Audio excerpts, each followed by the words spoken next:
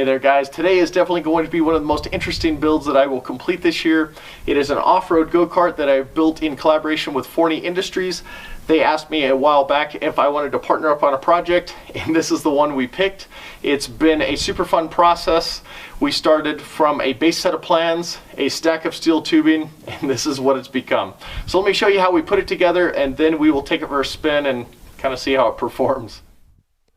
The first phase of this project was to figure out a design, and for the design we ended up going with some online plans from Spider Cards. Even though I had some ideas for some custom modifications I wanted to make, it was just good to have a base set of plans from which to start. We got all of the tubing, marked everything out, and started cutting. I even had my daughter help me with some of the marking, and I think she had a pretty good time. For the majority of the common angle cuts, I used a dry cut saw, and anything that was odd or a compound cut, I used an angle grinder. Once I had all the pieces cut, I set them aside in a somewhat organized fashion and then started laying them out, starting with the main base frame first. After I got everything all laid out and squared up, I then tacked everything into place and proceeded to finish off with full welds.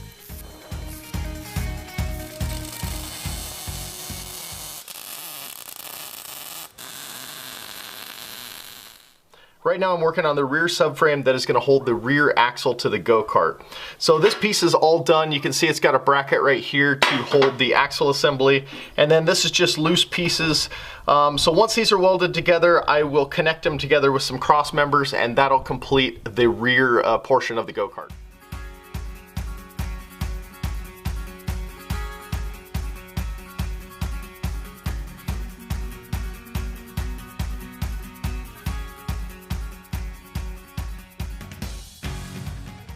Now I've got both my front base frame and my rear base frame laid out just so I can get the orientation of where some of the uprights are going to go. And now I'm going to start tacking into place my lower uprights, which are these 3-inch pieces, onto some rear uprights, and then this will complete what will be the top portion of the front frame assembly.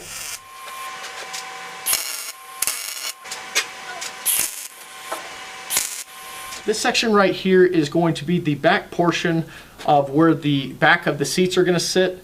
And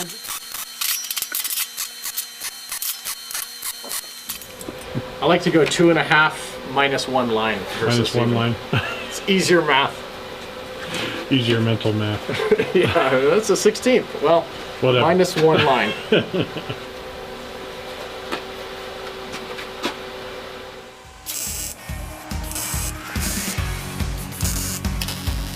It's something I think we need to get in the habit of doing. I know.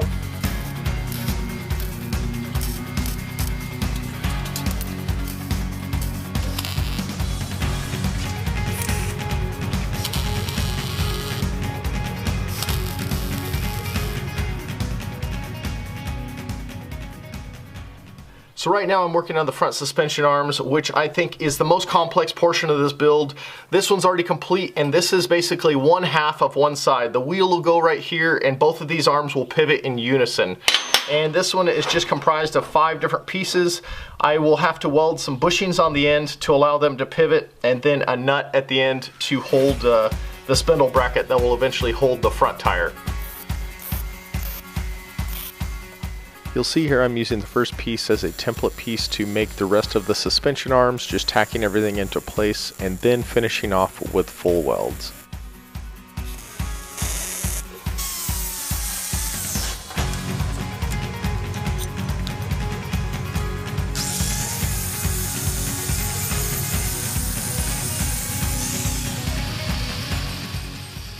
Here I'm just grinding out a curved section on the ends of the suspension arms, and that is where a piece of tubing will be welded in place to hold the arms to the go-kart. And here I'm using a piece of 1/2-inch EMT conduit to keep all the pieces aligned while I'm tacking them into place. You'll see the brackets that are placed on the backside just to make sure everything is spaced properly.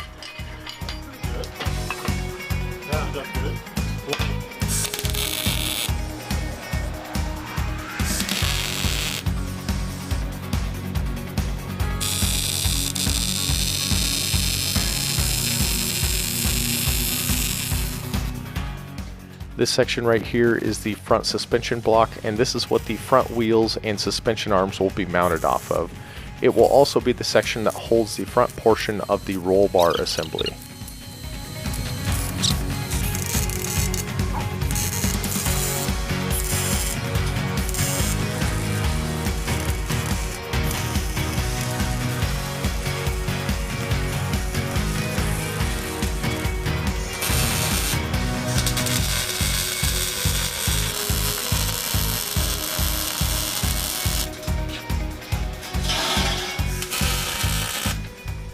And then the last bit of welding was to add all of the pivot and suspension brackets.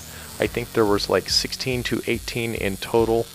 Once I had all those welded on, I evaluated the rest of the scrap pieces I had, and I was able to fabricate a rear basket right here and then a top roof rack.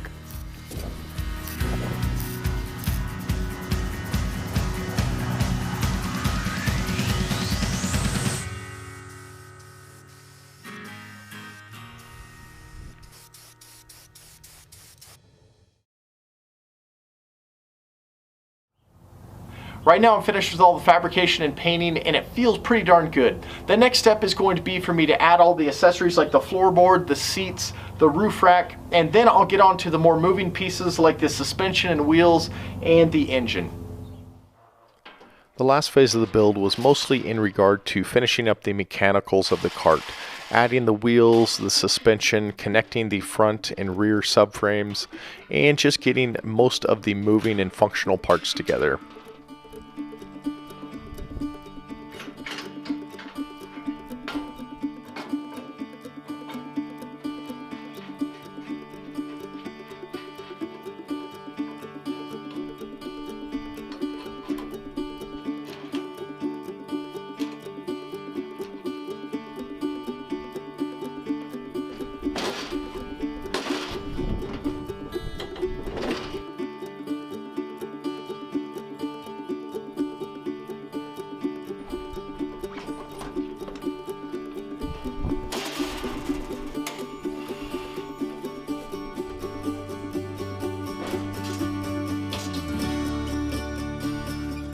The rear axle assembly is comprised of a sprocket, a disc brake, and two sets of bearings that are mounted to the bottom of the rear subframe by way of two small brackets.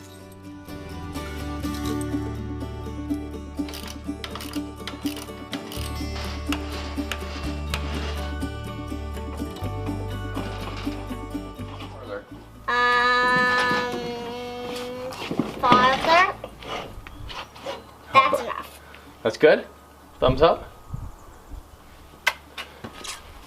Is going to be able to slide off, and then I bring it right over here to Molly. Is that pretty cool? Yeah. And then I could go crooked. Yeah, you could. Into this. Okay. Now look, spin the wheel, and you're going to see that moving. It's kind of getting a little harder.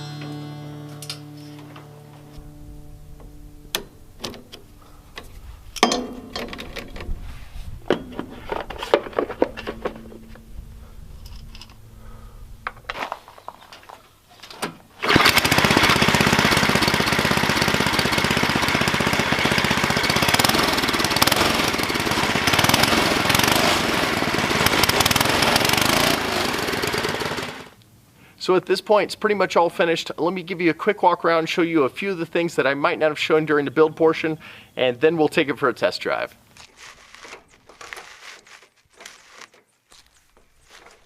Of all of the little modifications I made on this build, this one was definitely my daughter's favorite. I just did this by making a simple little bracket where I could move the steering wheel from one side to the next and still have Daddy control the brakes and the gas.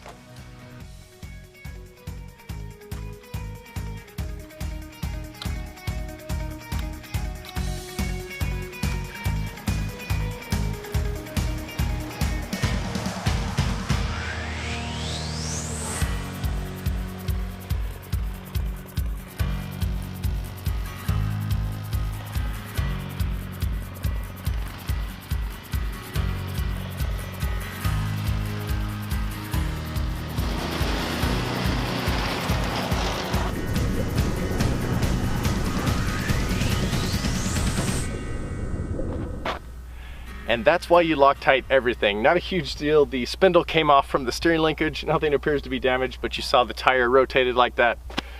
I'm gonna go back, double check everything again, and then keep on with this.